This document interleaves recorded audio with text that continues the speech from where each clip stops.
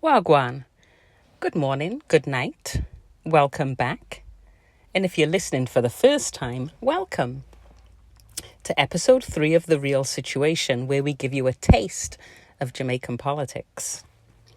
I'm your host, Melanie Byfield, joining you at a time when we are still waiting for the flat tire to fix, so we can, in reality, carry on with Jamaica's journey to becoming a republic. And I say in reality because you can wash the car, you can check the oil, clean up the inside, refill the washer fluid, all relevant, right? But if you have a flat tire, you're not going anywhere. But we have everything, We have spare tire, we have the jack, we have the wheel wedge, wrench.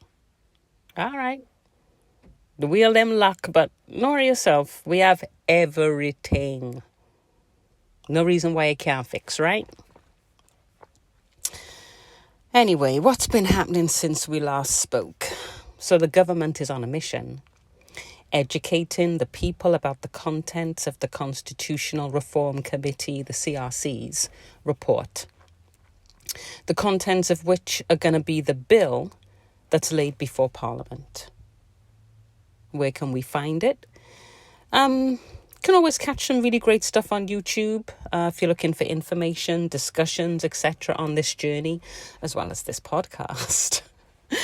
You can find a lot on YouTube. It's a great resource.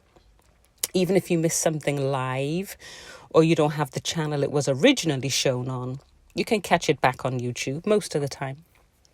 But I'm going to start putting these links on the Facebook page and the Instagram page, so you can find them there. And the links to Facebook and Instagram are also on this podcast page.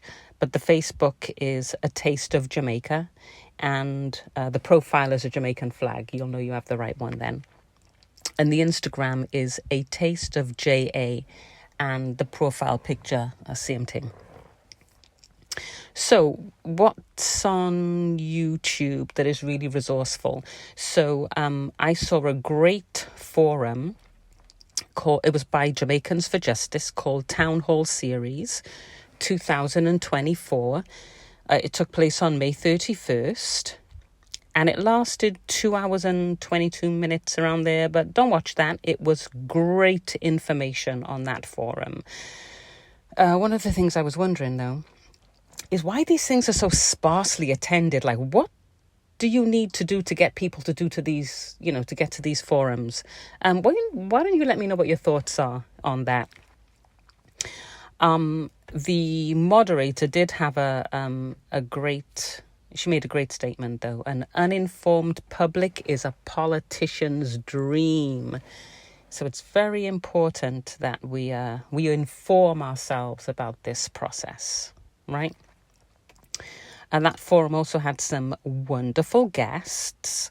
There was Dr. Maziki Thame. She's a senior lecturer at UWI, University of West Indies.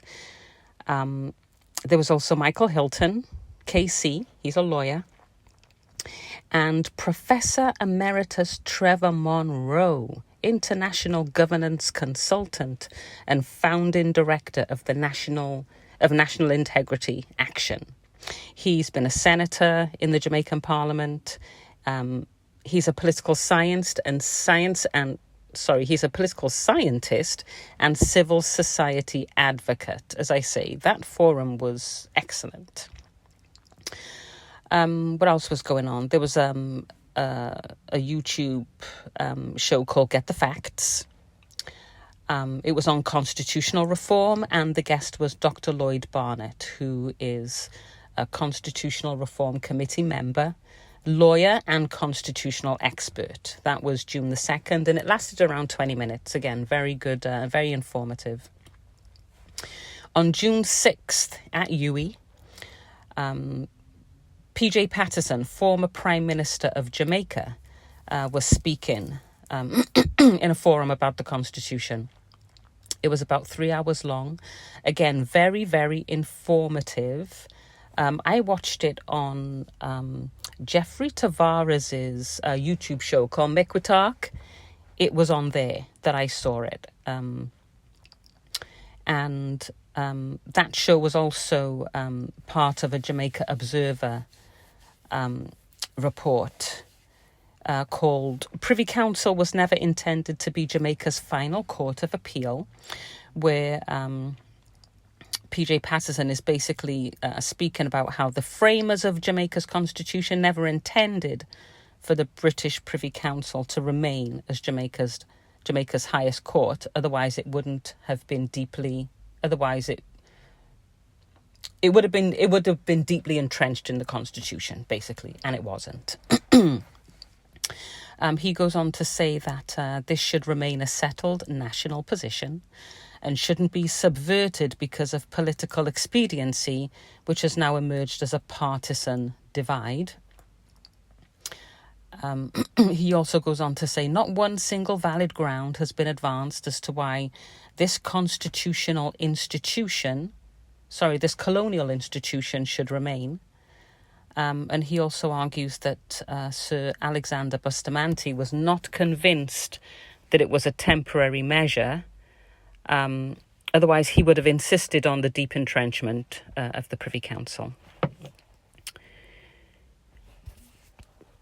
PJ Patterson also notes that Jamaica has paid its full share and that the court has passed the 10-year test with flying jurisprudential colours, and that it's high time to remove His Majesty's Judicial Privy Council as being the final legal repository which interprets our constitutional and fundamental rights when the monarchy is no longer even a figment of our social reality. PJ Patterson making it quite clear there, his stance on the Caribbean Court of Justice as Jamaica's apex court. There were also some interesting articles in the Observer. Dr. Lloyd Barnett has started a new series in the Observer. There's been 2 that have taken place so far. The first one was on June the 3rd, and it was entitled Removal of the British Monarchy. Little snippet of that. He states, our laws will be passed in the name of the Parliament of Jamaica and will be signed by a Jamaican president on behalf of the people of Jamaica. Well, half of that has been done already, right? Because a bill was passed, Section 61, which now means that laws are passed in Jamaica in the name of the Parliament of Jamaica, right? And then part 2 of that series was called Adopting Our Constitution on June 10. And to take a little snippet from that, Mr. Barnett references the Constitution of Jamaica will be as reader-friendly as possible. He already took steps to do that. He created a booklet which is aimed at providing a simple but clear description of the constitutional system. So kudos to Mr. Barnett for that. Some more articles from the Observer.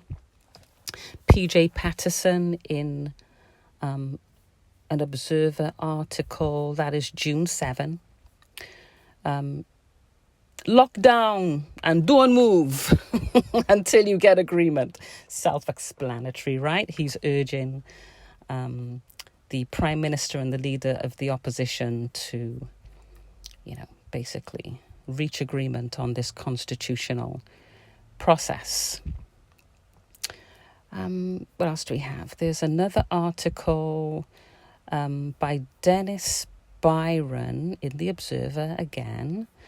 Who is Dennis Byron? His name is Sir Charles Michael Dennis Byron. He's a former president of the Caribbean Court of Justice. He also serves as president of the Commonwealth Judicial Education Institute.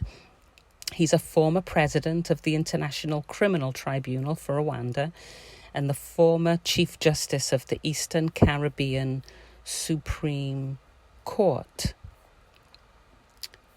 And Mr. Byron, this article is titled Case for Jamaica to Embrace the CCJ. And to take a snippet from that article, Mr. Byron mentions developing Caribbean jurisprudence can only be accomplished by a court with closer links to the culture and values of our respective communities in the Caribbean.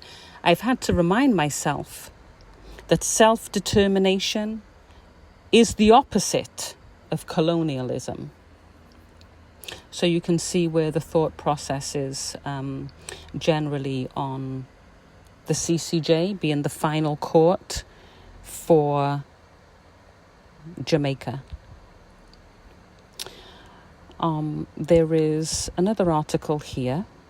Former CCJ president declined offer to join Privy Council. This article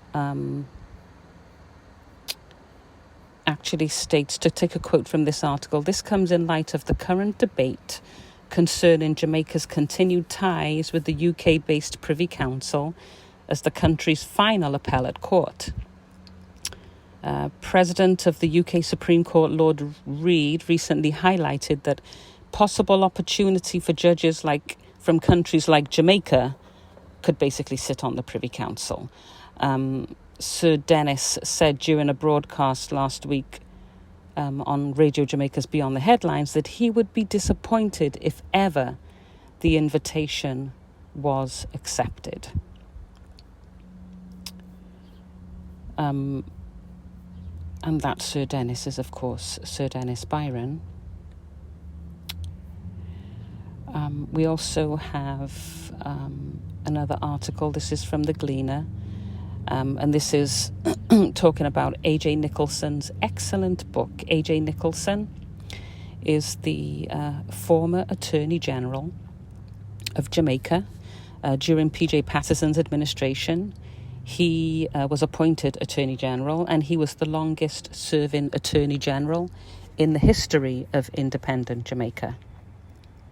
And he was directly involved in the creation of the Caribbean Court of Justice. Mr.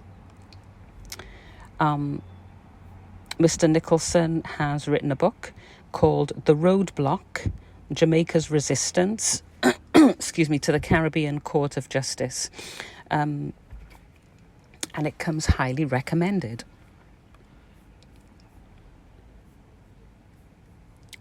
So those are some of the articles that I came across in the media this week. So going back to those YouTube resources, there was also a sit-in of the House of Representatives, a sectoral debate on the Constitutional Reform Committee's report. That was on June 11. The report was given by Marlene Malahoo-Fort. While the sit-in was much longer, she spoke for about the first 90 minutes. And again, I would highly recommend watching this. She basically went through a review of the content of the CRC's report. So what did she touch on? We're just going to talk about briefly about some of these items. So she talked about the public engagement, confirming where the public can find what the website is, the social media pages. She gave a WhatsApp number and email, for anyone who had submissions to make, and also acknowledged the shortcomings of the public education campaign, but I was a little bit defensive. There is a QR code, however, on a pamphlet that is supposed to make the CRC's report available to everyone, especially in this technological age. So that's my question. Can you access it? Let me know. Ms. Malahoo-Fort also mentioned the repealing of the imperial instrument, that is the Jamaican constitution in its current form, and the transition from a constitutional monarchy to a constitutional republic. She also discussed the insertion of a preamble to the Constitution. Now, Jamaica's Constitution doesn't have a preamble, but there are some submissions that were made in the CRC's report. And I must say that my favourite is by a gentleman called Edward Baugh. He's a Jamaican poet and scholar. And I'm just going to read you what his submission was. I think it was lovely. So, we the people of Jamaica do hereby inscribe and enshrine in this Constitution those principles by which we assume our place in the world community of free and self-respecting peoples. The conviction and pride with which we espouse these principles derive from the knowledge that they have evolved out of a history of endurance, struggle and sacrifice which began in bondage and exploitation for the majority of our ancestors, but which saw, in despite of these hardships, the gradual emergence of an independent, democratic nation. By this Constitution, and believing in the inherent dignity of all persons, we affirm our commitment to those tried and proven principles of democracy, by which the freedom of the individual is guaranteed within the context of the general good, by which all men are considered equal before the law, by which equal opportunity and social justice exist for all, and by which, having regard to our national motto, out of many, one people, no one shall be denied these freedoms and rights on the grounds of colour, class, religious belief.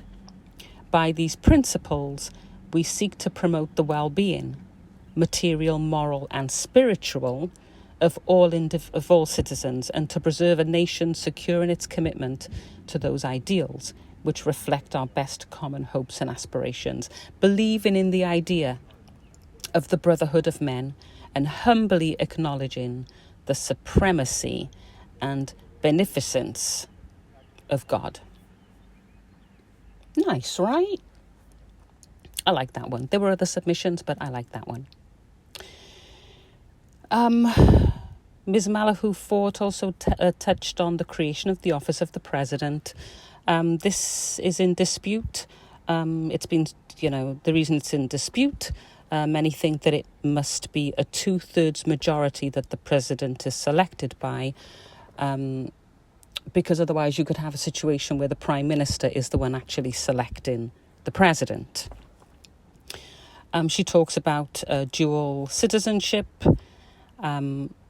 and divided allegiance. Here's the only thing I have to say about that, right?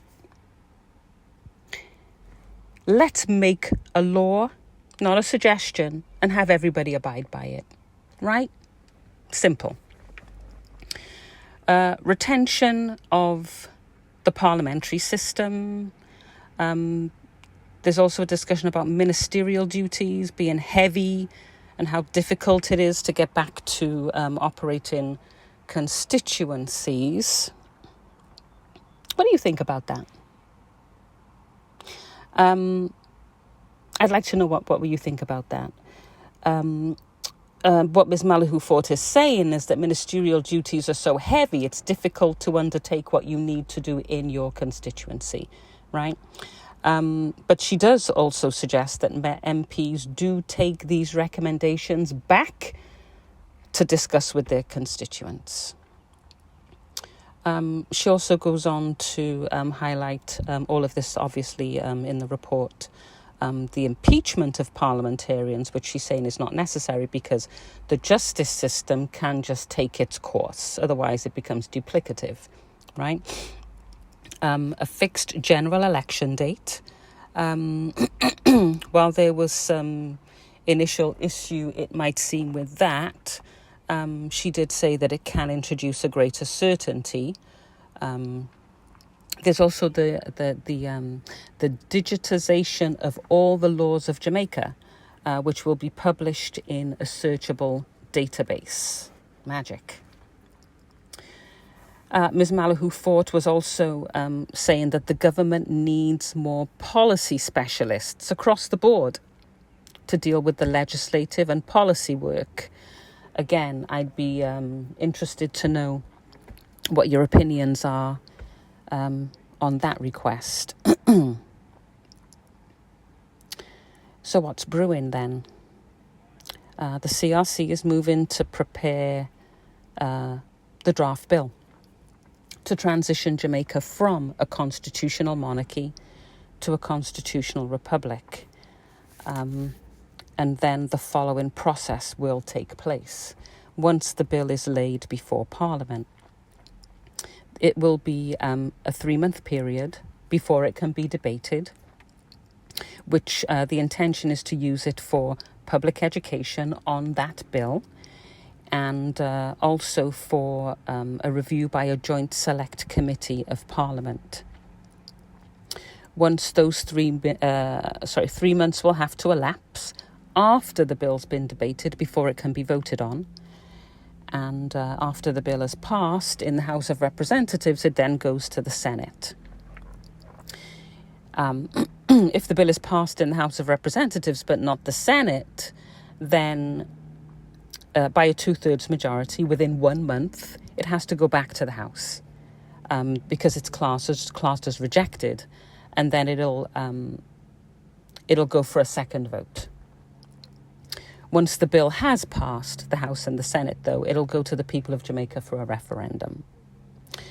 Miss Malahoo Fort reiterated that the government doesn't want to put matters to the people which don't need to be approved constitutionally. And I'm wondering if that's referencing the issue with the the Caribbean Court of Justice, because if no consensus is reached, there's talk of putting it on a referendum, right, when constitutionally it's not required. But we all know how that flat tire needs to fix, right? So, back to the words of Sir Byron, self-determination is the opposite of colonialism, for real. In the last episode, we journeyed back to where our African ancestors were brought to Jamaica in bondage, brutally enslaved by the British from 1655 to 1938, at which point slavery was abolished. In this third episode, don't forget your history, know your destiny. We're continuing Jamaica's historical journey from freedom to self-determination and independence in 1962. Remembering this journey's not finished, and it will culminate in becoming a fully decolonized republic. So after emancipation in the 1830s, former slaves were still heavily under pressure and discriminated against. The chief interests of the planter class, that is the plantation owners, the former slave owners, that was still the rule of the day. Their profits for their estates was what was important. So obviously there was a conflict. There was a conflict between them and those in the colonial office over the individual freedom and the political participation the black people should have. So in 1840, the Assembly actually changed the voting eligibility, right? It gave black and mixed-raced people the ability to vote. But there were some really nonsensical property ownership restrictions that were placed. So basically, it was only non-white men. It excluded a lot of non-white men from voting. And of course, women couldn't vote. Women couldn't vote at that time. So in reality, what were those restrictions? In reality, there was an income requirement of £180 a year, which in today's money is about £23,000. That's about $30,000 in today's money, right? Or there had to be an ownership of real property worth about £1,800, which is almost £230 today, $300. Or you could have real and personal property that was worth £3,000. Again, in today's money, that's about £384,000 or $490,000. So obviously, these, that breed of money excluded a lot of freed black Jamaicans from the right to vote in the assembly elections, making it clear that neither emancipation or the change in the voting qualifications was changing the political system, and the elite in the assembly was still dominating. At the end of the 18th century, the Crown did start to allow some white Jamaicans, mostly local merchants, urban professionals, into the appointed councils. And notably, 2 free people of colour were appointed to senior government positions. One was Edward Jordan, who associated with a gentleman called Robert Osborne to publish a magazine called The Watchman, which basically was in support of the freedom and enchantment of black people. It was called The Morning Journal after that. And the other gentleman was Richard Hill. And his father was an English opponent of slavery. His mother was mixed race. Hill was arguably the first, person of colour to be appointed to a senior government position in colonial Jamaica. Hill was appointed head of the Department of Stipendiary Magistrates. He held that position for many years, and was also elected a member of the Assembly for Kingston. Cool. But things were still really dread. Politically, economically, racial tensions in Jamaica at that time, it was still real high. Economic decline had a grip on the country.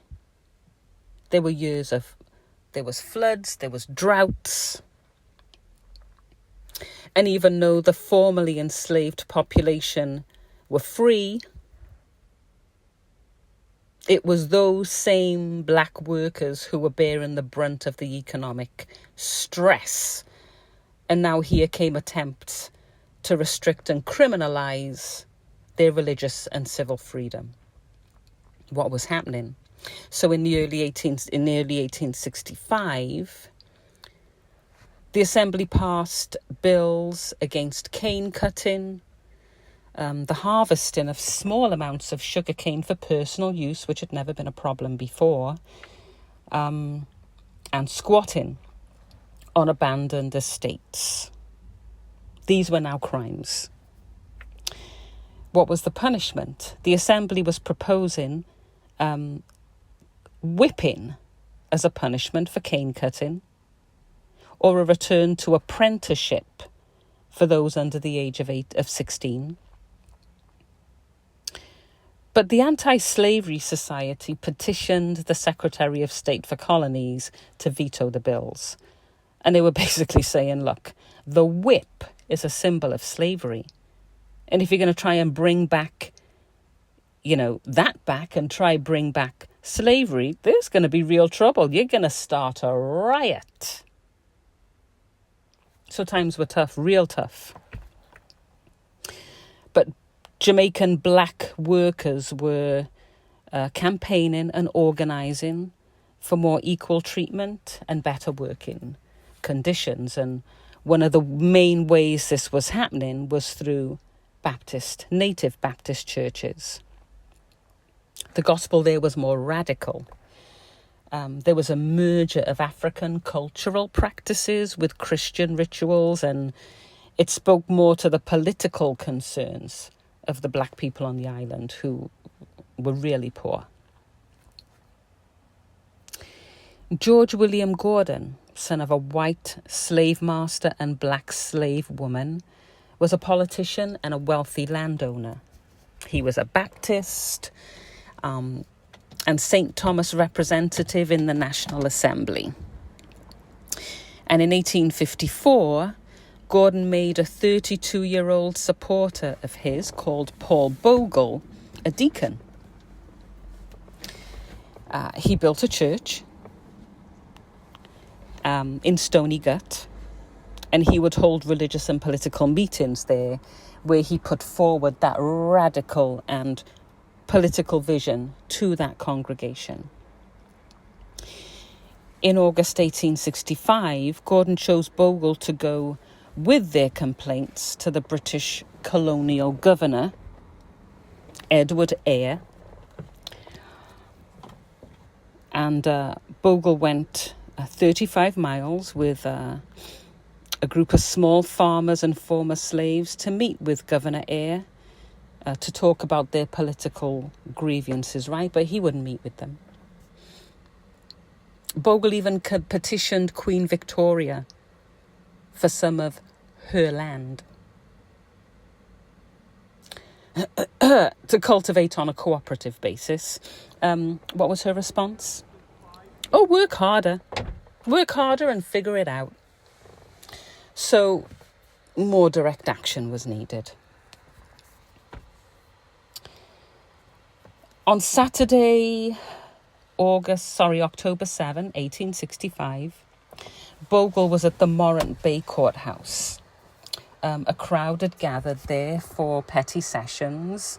The magistrates had found a boy guilty of trespassing on a long-abandoned plantation and fined him.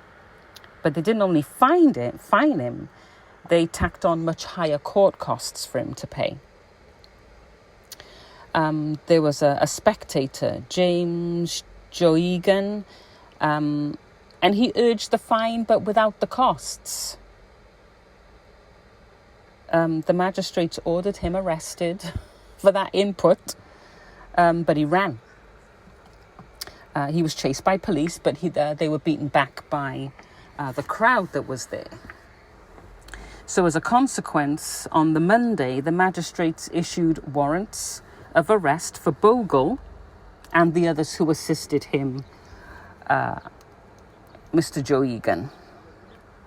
And when he got back to Stony Gut, is when he reached back to Stony Gut that Bogle realised he had a warrant. Him and about 28 other men for rioting. But when the colonial police tried to arrest Bogle, his followers fought them off. October 11, 1865, Bogle and his brother Moses led a protest march from Stony Gut to Morant Bay to the courthouse, about 300 people, to address the warrants.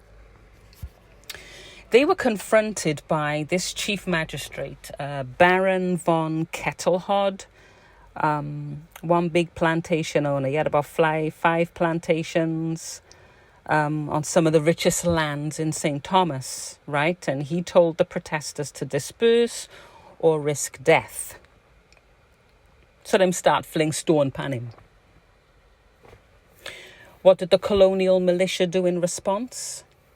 They opened fire, killing about 7 of the protesters. Here starts the Morant Bay Rebellion, sparked by Kettlehod's response of opening fire. So what came next? The police station got raided because the protesters were trying to arm themselves now, right? The courthouse was set on fire. 22 protesters were killed and 30-something injured. 18 white people were dead, including Kettlehod. And the rebellion went on for about 3 days before colonial soldiers were brought in. And they ruthlessly crushed the rebellion. And I emphasize the ruthlessly. There's an October 19 letter that came from a Colonel J. Francis Hobbs, who was involved in the rebellion suppression, to his commanding officer. And he spoke about how I had them all shot. This is how he's talking about receiving rebel prisoners. I had them all shot, then hung them up from trees. In total, about 1,500 people were executed and flogged because public order needed to be restored. Although this was more than just about restoring public order. Stony Gut was considered the stronghold of the rebels, and it was destroyed. George William Gordon was a champion of the parish for the Black Poor, St. Thomas, a native Baptist and a friend of Bogle. And Eyre and the elite detested him. So when Morant Bay erupted, he had an opportunity. Gordon was in Kingston, which Eyre said was exempt from martial law. But still he had him arrested and had him quickly convicted at a court-martial, tried him for treason as a leader of the rebellion on some flimsy evidence. And then he hung him in the ruins of the Morant Bay Courthouse early on Monday, October 23rd. He hung him and left him hanging in the burnt arch as a warning. The legality of his arrest was suspect enough, right? With no evidence. But then arresting someone on a civil charge to a court-martial was as stunning as it was illegal. The following day, October 24, Paul Bogle and his brother Moses were captured and hanged at Morant Bay Courthouse. Paul Bogle becoming a martyr. Remembering now, the militia fired the first shots on Bogle and his comrades, right? But Eyre and much of the Jamaican elite saw a conspiracy for a premeditated revolution, an intention to act in concert for the destruction of the white and coloured inhabitants, right? Eyre stuck to that story, even though in the same letter he said that it didn't seem there'd been any actual organised combination to act simultaneously. In January of 1866, a royal commission was sent from London to investigate the rebellion, in particular the illegal hanging of George William Gordon. Initially, there was a lot of sympathy for Eyre, but as the details emerged of the shocking brutality, the tide started to turn, and there were petitions demanding that he be removed from office. He was suspended, but not before the Jamaican Assembly passed an act of indemnity that protected him and others from any legal cases over their unlawful action in the rebellion. So this Royal Commission, while they acknowledged that there was a high death toll and that the reprisals were cruel and barbaric, they decided that Eyre had a right to take the action that he took, whatever its legality. And Dude even had supporters in Britain too, like Thomas Carlyle and Charles Dickens, who felt he was justified because there was a need to dominate black colonial populations. So Governor Eyre was eventually dismissed as the governor of Jamaica and charged but not convicted of murder.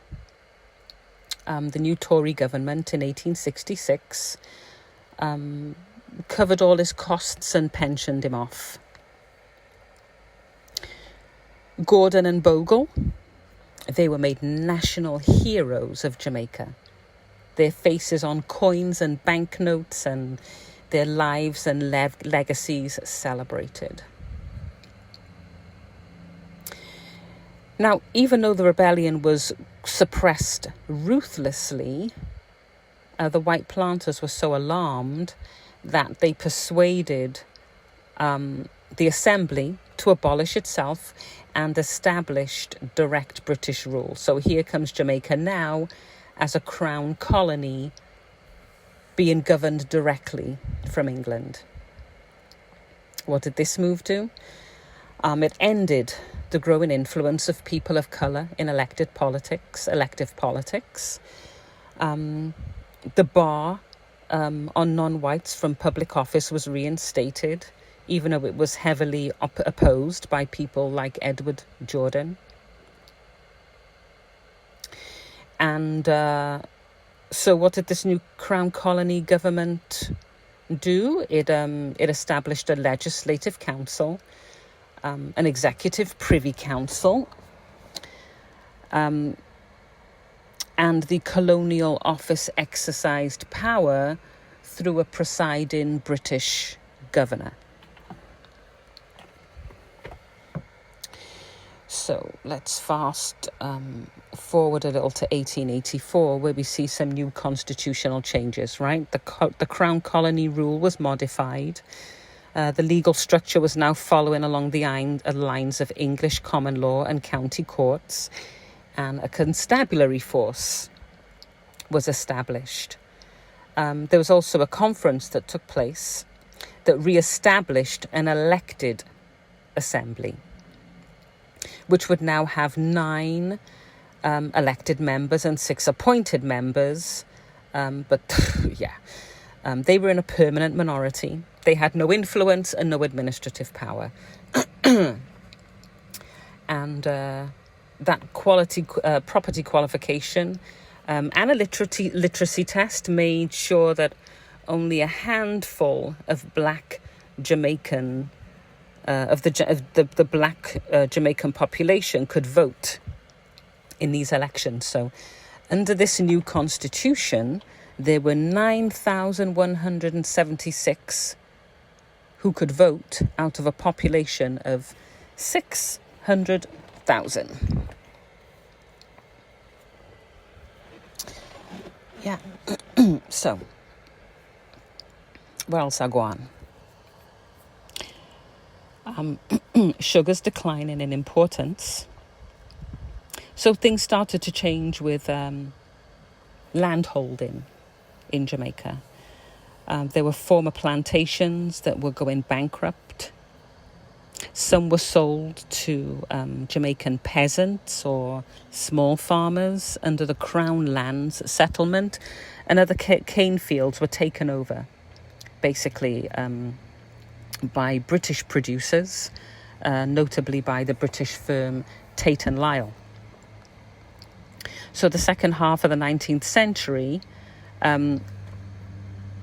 now saw a change in trade. Here comes the banana trade. By 1890, banana replaced sugar as Jamaica's principal export. But with the expansion of the banana production came some serious labour shortages. Banana was rising, but Jamaicans were leaving at the rate of about 11,000 a year. Ex-slaves were finding new ways to make a living, right? Tired of the treatment, tired of the working conditions. To many, it was time to move on. And others stayed on the plantations and tried to make the best of it. Many former slaves became, these small farmers, peasants, and formed villages and communities of their own. And they would build houses, not just building houses for themselves, but, for others too. Job opportunities off the island now were becoming more enticing, like Panama. There was a railway needed there, so a lot of Jamaicans left, to work on that. And again, when the US decided to build the canal in Panama, again, Jamaicans left to work on its construction. So now planters were realizing that former slaves didn't want to work on the sugar estates. So they would now start bringing in the Chinese and Indians to work for them. A lot of Chinese ended up staying after their contracts were up. They didn't want to go back to what was a communist society. All right, so where were they? early 1900s. Jamaica's white or nearly white property class is still in a very dominant position, and the vast majority of the black population are still poor and disenfranchised. So a lot of black Jamaicans are turning to the support of leaders to challenge this racial hierarchy, right? Insisting, black people are the equals of white people, who are now dominating the government and the wealth of the island. So who were those leaders? I'm going to mention notably three. One, Alexander Bedward. He was a revival preacher who embraced the concept of Pan-Africanism, right? Brotherhood and collaboration among all people of African descent. Number two, the Reverend Dr. Joseph Robert Love. He moved to Jamaica in 1889, becoming fully engaged in political advocacy and black self-help. He founded and published a newspaper called the Jamaica Advocate, where he encouraged black people to assert their equality, educate themselves, and develop self-esteem and pride in their African heritage. Right? He was elected to the Jamaica House of Representatives in 1906, and he's also noted for having a very strong influence on the thinking and the work of the right excellent Marcus Garvey, who is leader number 3. Marcus Mosiah Garvey was born August 17, 1887 in St. Ann's Bay, Jamaica. Garvey went to England in 1912, where he worked at the offices of the African Times and Orient Review Journal, which were the first political journals produced by and for black people ever published in Britain. Garvey returned to Jamaica from England in July 1914, where he formed the UNIA, the Universal Negro Improvement Association, which was launched Emancipation Day, August 1, 1914. What were the objectives? This association adopts an attitude not of hostility to other races and people of the world, but an attitude of self-respect, of manhood rights on behalf of 400 million black people in the world. The first UNIA division was formed in New York. In 1917, it had 1,100 chapters in 40 countries around the world, with a membership growing to over 11 million members, making it the largest black organization in history. In 1918, Garvey and the UNIA created the Negro World, which had a peak circulation of 200,000. There was also the UNIA headquarters, Liberty Hall, in New York, where Garvey would hold nightly meetings that drew up to like 6,000 people at a time. For the entire month of August 1920, the UNIA held its first international convention in New York. The biggest events were held at Madison Square Garden, and an estimated 25,000 black people attended the convention from all over the world. The convention adopted the Declaration of the Rights of the Negro Peoples of the World, which was one of the most earliest and complete document advocating human rights and detailing the abuses against black people worldwide. The document made demands such as the freedom of Africa for the black people of the world, no taxation without representation, equal treatment before the law, the condemnation of segregation, and lynching. Garvey launched the UNIA's first commercial venture, which was the Black Star Line Steamship Corporation, in 1919. What were the goals of the corporation? To establish an efficient mode of transportation and communication and trade among black people worldwide, and to enhance the stature, self-image, and pride of these communities. The public invested in the corporation, purchasing stocks at $5 each.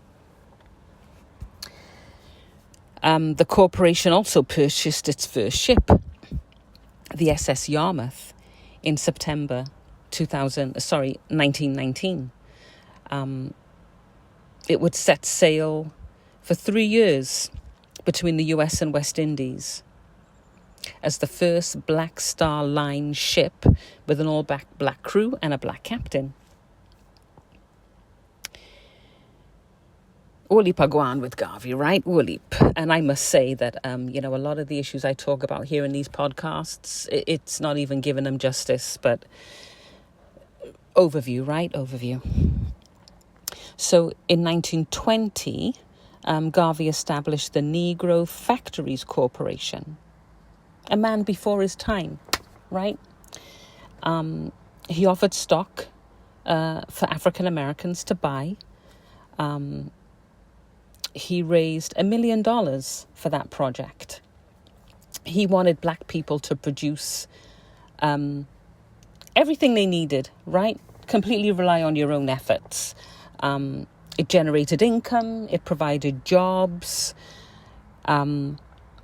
through its numerous enterprises, right? There was a chain of grocery stores, restaurants, steam laundry, tailor shop, dressmaking shop, etc. Garvey owned several buildings in New York and had over 1,000 black people working in his businesses. And he also operated the Phyllis Wheatley Hotel in New York. What was his ultimate dream? Independence of all African countries and the creation of a United States of Africa. The UNIA embarked on a plan to repatriate some blacks from the United States and other parts of the African diaspora back to Africa, and Liberia was the intended geographical base. But Garvey had enemies, including J. Edgar Hoover and, ironically, W.E.B. Du Bois. Du Bois was an integrationist, and he didn't support a separate black state or repatriation. The FBI had a counter intelligence program, which they used to neutralize basically the activities of black nationalists, and they would plant an FBI spy right next to Garvey. One of his closest confidants, Herbert Boulin, was a spy for the FBI.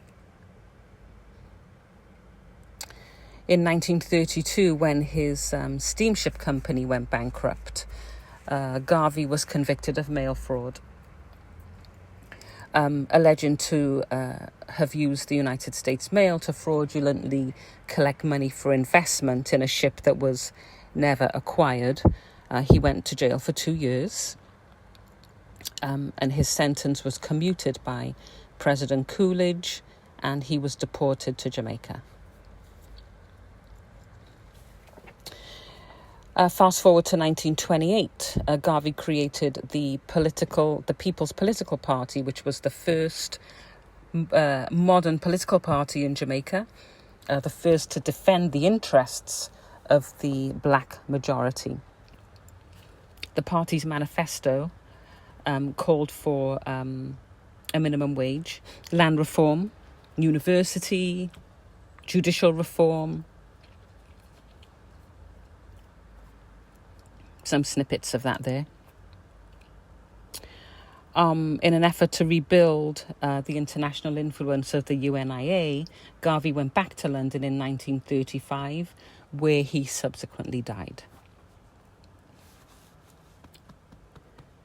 So, 1938. It's May 1938. And the headlines on the front page of the Gleaner are screaming, 4 dead, 9 in hospital, 89 in jail. Police forced to shoot down rioters in Westmoreland. $1 a day demand ends in death.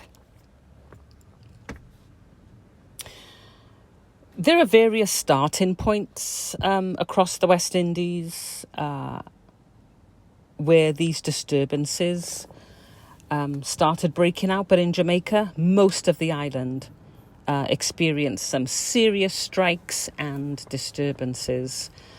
A lot of labour rebellions. Each having their own circumstances, but with one underlying cause. It was economic. The sugar industry was in a critical state. The prices of agricultural staples had slumped. There were plant diseases. There was a global depression. Wages were being drastically reduced. There was unemployment and underemployment. On top of that, there was more people, right? The population was growing because health conditions had improved a little bit. And on top of all of that, the cost of living went up. So pressure. To leave wasn't an option. So there was this denial of opportunity, right? There were other causes as well that were, causing this boiling pot. Small farmers still had issues with plantation owners. They were being bullied onto the least fertile land. There were problems with land title. There was poor technology. A lack of finance and marketing assistance and poor means of transporting produce back and forward market. There was also an increase in nationalism, right? Pro-independence sentiments, started really increasing in the 1930s. Labour unions were organising and other social movements. There was campaigns for better wages, better working conditions, transforming away from a colonial system to political independence from these colonies, right? People were more aware of how others were living. People had travelled out, right? Saw better living conditions and wanted those same conditions at home, to be respected as a trained professional, upward mobility, right? But instead they were trapped in this political, economic, social system, right? And racial hierarchy.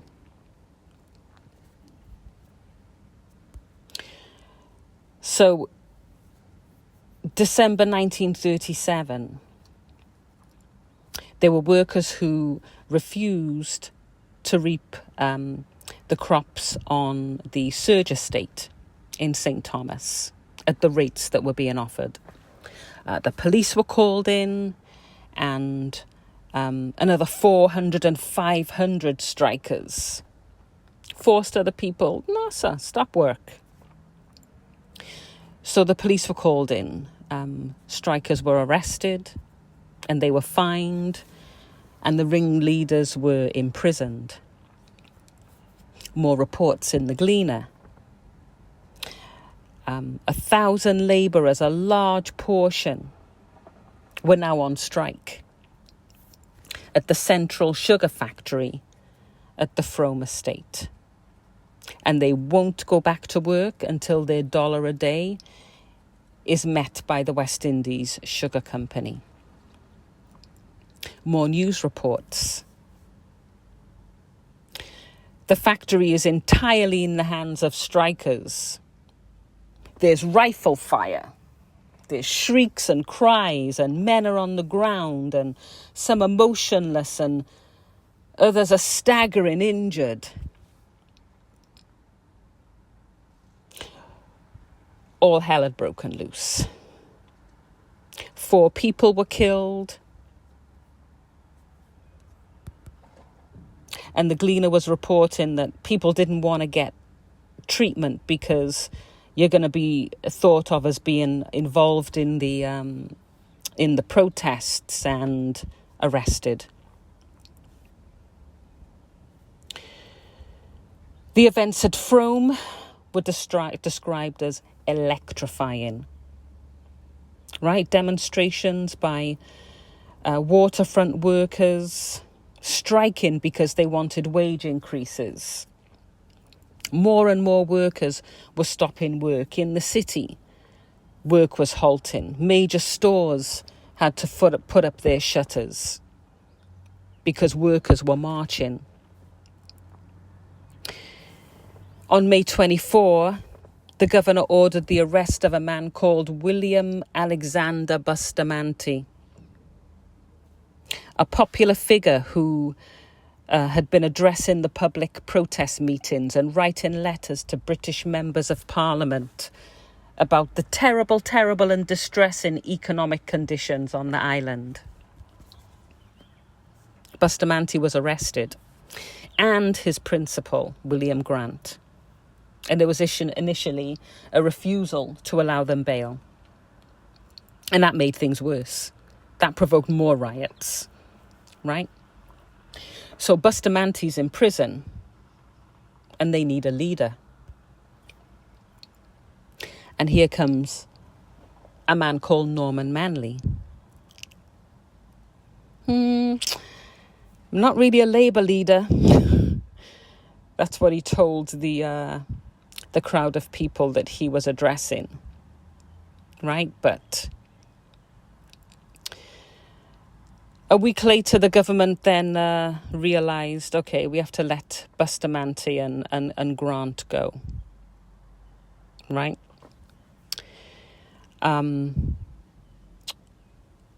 But by the end of what then was maybe by the end of June, calm was restored,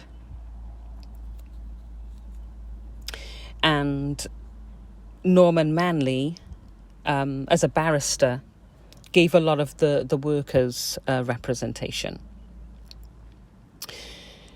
So this movement of national, political and race consciousness, going back to Garveyism, Bedwardism, the trade union movement, right, that Bustamante controlled. Here now came a new movement. It's September 1938, and here comes the People's National Party. Manley gave an address as the president of the party.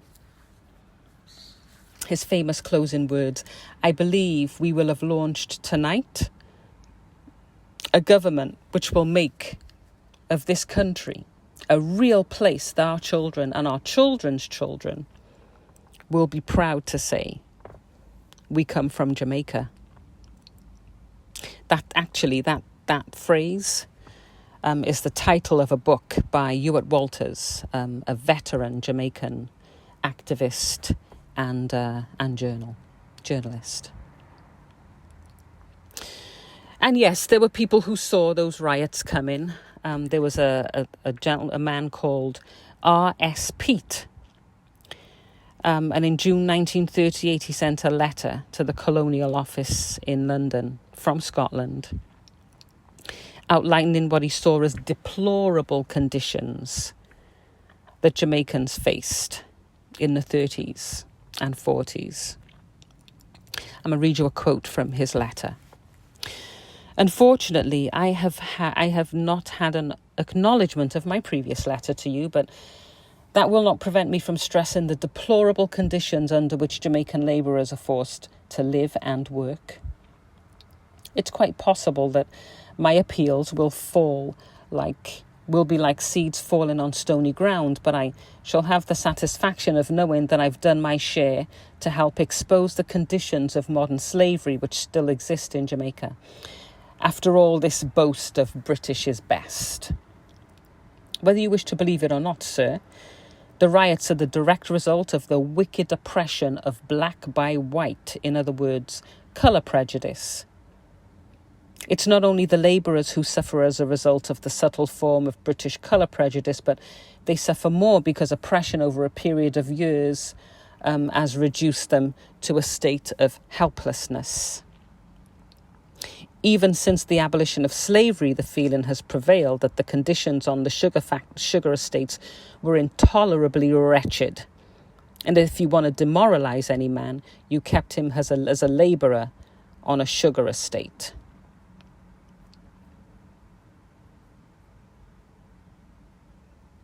The Kingston poor are so poor that no tenement for which they can pay the rent can bear the rate in necessity to provide the proper sanitation.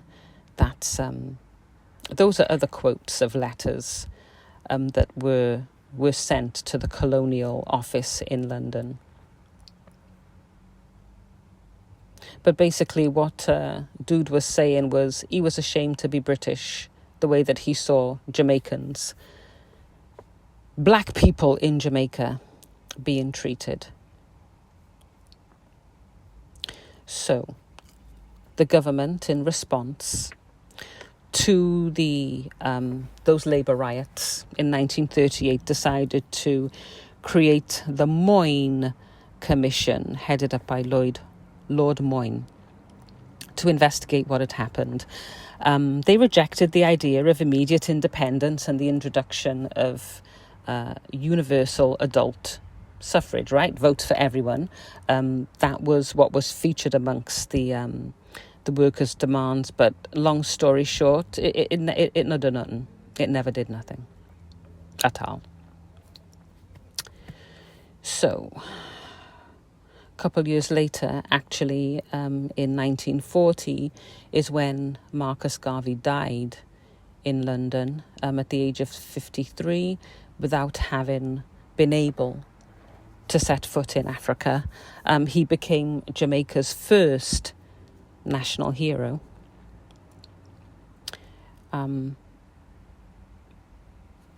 the 60s, actually, Edward Seaga, who was then a government minister, arranged for his remains to be returned to Jamaica. And when he was Prime Minister in 87, he petitioned Congress in the US to pardon Garvey because the charges brought against him were unsubstantiated and unjust. Garvey inspired every major black movement in the 20th century. Those who followed his ideology: the Honourable Elijah Muhammad, Minister Louis Farrakhan, Malcolm X, Martin Luther King Jr., Kwame Nkrumah, Jomo Kenyatta, Nelson Mandela, Patrice Lumumba, and of course, Rastafari. So let's fast forward a little to 1943. Bustamante began building up the Jamaica Labour Party that was established, and Manley was becoming the driving force behind Jamaica's quest for independence. We would now start seeing some constitutional changes.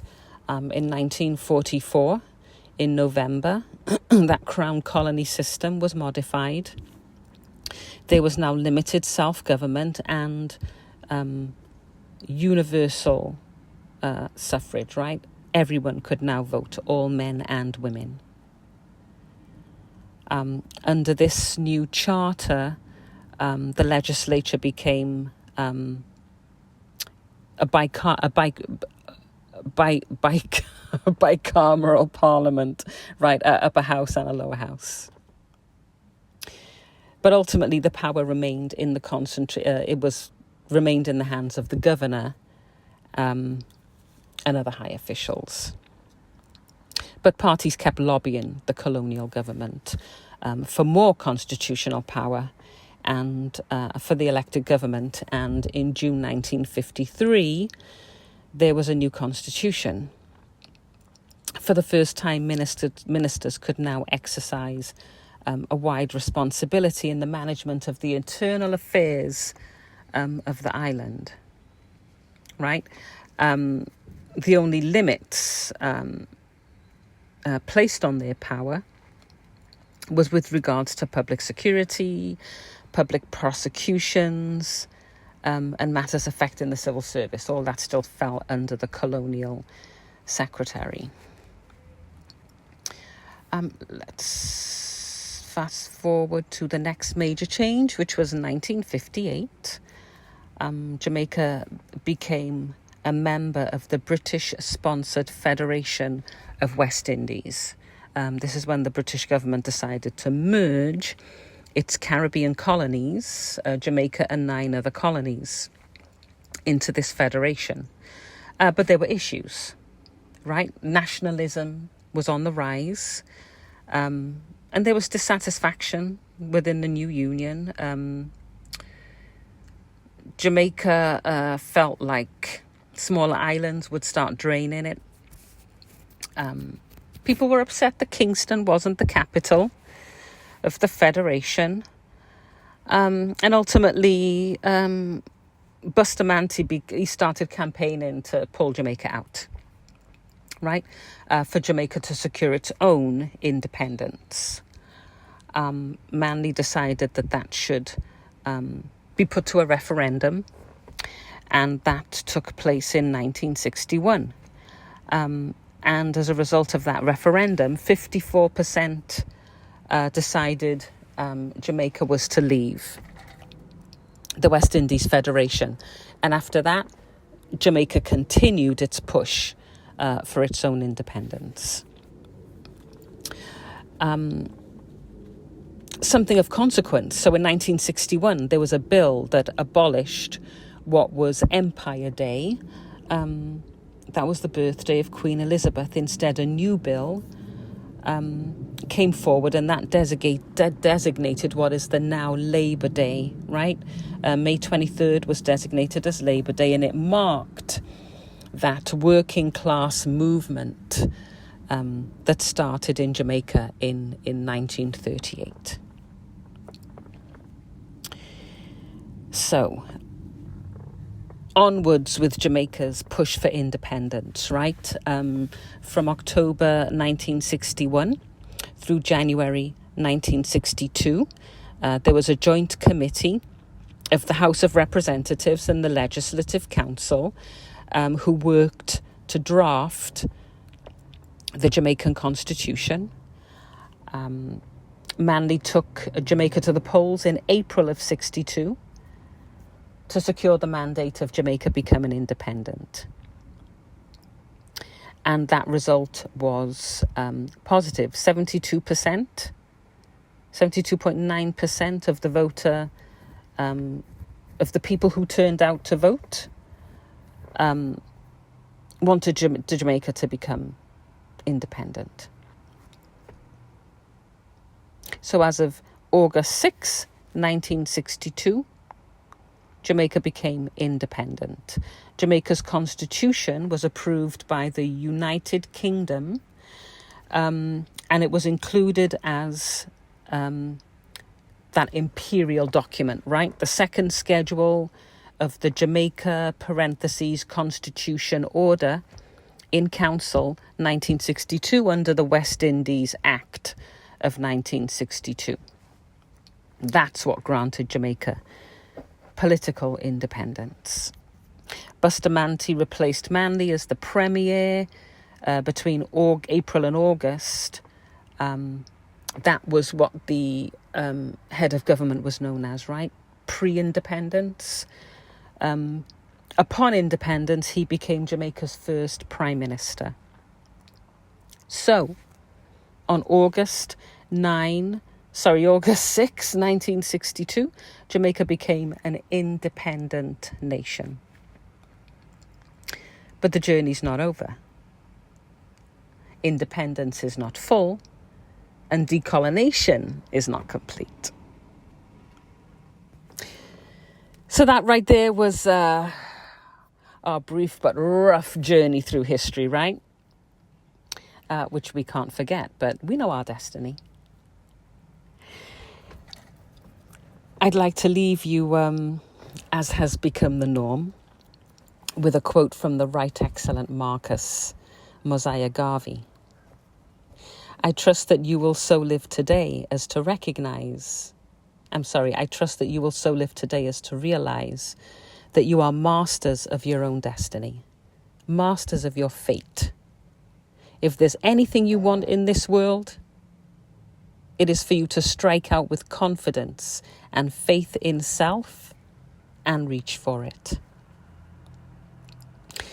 I hope you're enjoying the journey so far, and I look forward to our travels on the road of Jamaica becoming a republic, truly independent and sovereign together.